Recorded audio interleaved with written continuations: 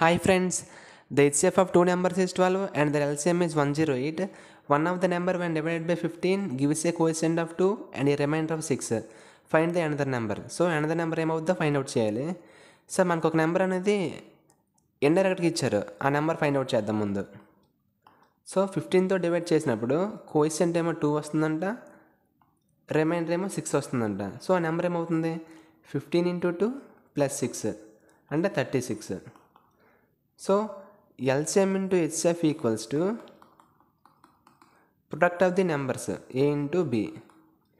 So B equals to LCM into HCF by A, which is equals to LCM 108 into HCF 12 by one of the number 36, which is equals to 12 3s 336.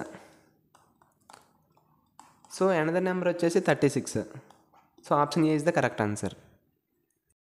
ఈ video మీకు నచ్చినట్లయితే వెంటనే like చేసి comment చేసి share చేయండి. ఇటువంటి videos మరిన్ని కావాలి అంటే వెంటనే మన ఛానల్ని సబ్స్క్రైబ్ చేసుకోండి.